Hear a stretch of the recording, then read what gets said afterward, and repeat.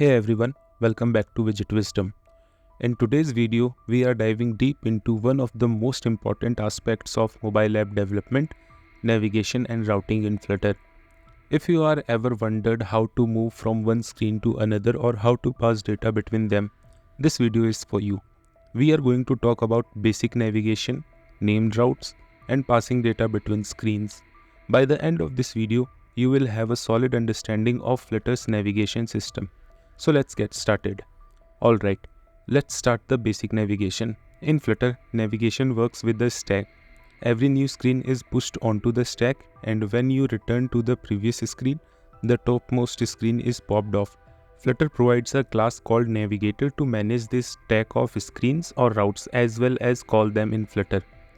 The most basic navigation function is navigator.push. This function adds a new screen on top of the current screen. So let's understand by this a simple example. Open your IDE and open the Flutter project which you have created, and from here remove this my homepage screen, and then here create a stateless widget as first screen, then call this screen from the my app.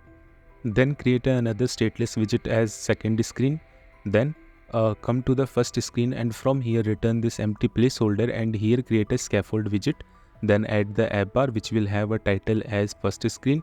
Then copy this scaffold and widget from the first screen and add the same thing to the second screen. Now in the second screen inside the scaffold widget, add the body property, then here add a center widget. Now for child, add a text widget which will say screen 2. Okay. Now come inside the first screen and add the body property, and here also add a center widget with the child as elevated button. Now for its on pressed, add the text as go to second screen because we are going to use this button to going for second screen. So add that text. Then for on pressed method, here add the navigator. Then we are pushing the second screen onto the first screen. So here add the push method. Then it needs context and route. So in Flutter we use material page route. So here add material page route. Then for builder, as we know, we need context. So add the context. Then here add the destination where you want to go. So we want to go on second screen. So here add the second screen. Now, if you save the code and run the application, then you can see in the center we have a button. Now, if I press onto this button, then I'm successfully navigated to second screen. But here in the app bar, I'm seeing first screen. So let's change this to second screen. Now, this elevated button is working perfectly. So in this code, we are using a button that when pressed, pushes a new screen onto the stack.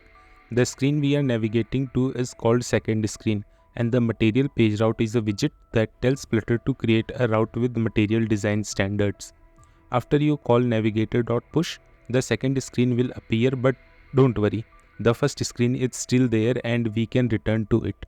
So for going to first screen, you can use this back button in the app bar, or you can create a new button to moving back. So for that, come inside the second screen, and from the body remove this text widget and here add an elevated button, and for child add a text as go back, and for on pressed method here add navigator, and we want to pop this screen because in the beginning of the tutorial I have told you that Flutter manages a stack of screen, and as you know the stack having only two methods, push and pop. Push is for adding a new screen inside the stack and pop is removing something from there. So here add pop, then the current context. Then also remove the const from center widget because the context is not const. Okay. Now if you save the code and run the application, then you can see when I'm pressing on this go back button, then we are moving back to the first screen. So this is how you can go back to the screen. So here navigator.pop is called, which will take us back to the first screen. This is how basic navigation works in Flutter, and its fundamental concept that you will use in almost every app. Now let's talk about something a bit more advanced, named routes. While pushing and popping screens directly is fine for small apps, it can get messy as your app grows. Named routes help you manage this more cleanly by giving each screen a unique name. So for that, adding named route, we need to define our routes in the material app widget. So for that, come inside the material app widget and here first define the initial route. So understand the named route as the website work. Like you seen on the website, whenever we go on their home page, there is just simply website name. There is nothing there. And if we go to, let's say, profile or settings page, then there is the website name, then .com or whatever they have, then slash, and then the page name. So the same way push named work in Flutter. So for that, here first add the initial route property and then define a slash. So slash donates the home page or the first page after app is getting loaded. So here we divided initial route, then add the routes parameter. So routes parameter basically a map which will have the name of the page and then their route. So for that, here add the slash because this is our initial page. Then here add the context and then the first screen. So here we have added first screen because this is our first page. Then for second page, here let's define the second, but make sure you name it properly as per your app's requirement. Then here define the context and then add the second screen. Now you can also add the const here because both these widgets are stateless. Okay. So this is our first screen as denoted by slash, and this is our second screen denoted by slash second. Okay. Now come to the first screen and from here remove this navigator.push and here add navigator, then push named. So this will tell the Flutter that we are going to push a named route. Then here in route name, here just you need to add slash and second. So this will tell the Flutter that we are moving to second page. Now if you save the code and run the application, then we are having an error. So let's stop the app and run the application again to see error is gone or not. But the error is still persisting. So let's check what's the error. So here it is saying that if the home property is specified, the routes table cannot include an entry for slash since it would be redundant. Oh, so this error is coming because we have defined the home property and a slash property, and in the both places we are defining the first screen. So these are the redundant. So let's fix this by removing the home property from this material app. Now if you save the code and run the application, then the error is gone and now we are navigated to our first screen. Now tap onto this button for going to second screen, and when I press onto this button, then you can see I have moved to second screen. So this is how you can use the named routes in Flutter. Okay. Now before moving forward, let me tell you one thing. Maybe you think that instead of navigator.pop, why can't I use navigator then push name to the first screen? So if you use this method, then there will be an error because as I have told you, Flutter manages a stack of screen, and if you using push named property for going back, then it won't go back. Instead of this, it will add the first screen onto a second screen. Let me show you this by a simple example. So from here remove this pop of context and then here add the push named and then here define the first screen route by adding a slash. Now if you save the code and run the application. Okay. Now here if you tap on this button, then you are successfully going to second screen as expected. But when you tap onto this go back button, then you can see you are again navigated to the first screen. And now in the stack, we are having three screens. First screen, second screen, and then again first screen. So it's not recommended for going back you use push name. Instead of this, use pop method of navigator to going back. Now let's move on to passing data between screens. This is a crucial in most apps. You might have a list of items on one screen and need to show the details of a selected item on another. Flutter gives you two main ways to pass data, using constructors and passing arguments through named route. First, let's look at passing data using a constructor. So for that, first wrap this elevated button inside a column widget, then inside children property add a padding widget which will have a padding of 10 from all the side. Then for child, add a text field, and now we are using text field, so we need a controller to manage the text. So for that, come above here and here create a text editing controller as name controller and mark this as final. Okay. Now come here, and before that we are having few errors. So let's fix this. As we are creating a new variable inside the first screen, so we cannot add a const for this constructor. So remove the const from here and remove the const from the above routes part. Now come inside the text field and here add the controller as name controller. Then for decoration, add the input decoration widget and add the outline input border. Then for hint text, here add the enter your name string. Okay. Now come inside the onPressed method of elevated button and from here remove this push named and here add the push method and define the material page route for this going to second screen. Now come inside the second screen and here create a new variable as username, because we are telling the Flutter that we need a string parameter when we are calling the second screen. So here we need to add that. So inside the second screen constructor, here also add the username parameter as required field. Now you can see in the first screen's calling to the second screen, here we are seeing an error. So let's fix this by adding a username, then name controller dot text. And before adding name controller, first remove the const, because name controller is not a constant. Now come above here, and from here just comment this initial route and route thing, and here define the home as first screen.